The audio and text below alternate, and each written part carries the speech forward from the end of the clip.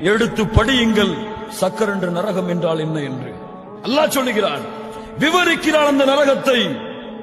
அந்த கொடிய நரகத்திலே பாவிகளே ஏன் இணை வைத்தார்களா? இல்லை.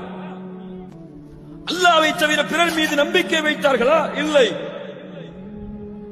பிறருக்கு நேர்ச்சை செய்தார்களா? இல்லை. லா இலாஹ இல்லல்லாஹ் கூறினார்களா? ஆம் கூறினார்கள். முஹம்மது ரசூலுல்லாஹ் கூறினார்களா? ஆம் கூறினார்கள்.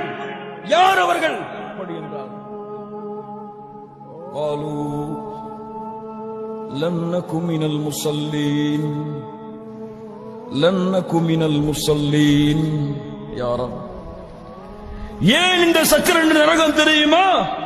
முதல் பதில், நாங்கள் இந்த பூமியில் தொழுகையாளிகளாக இல்லை. Download ShareChat.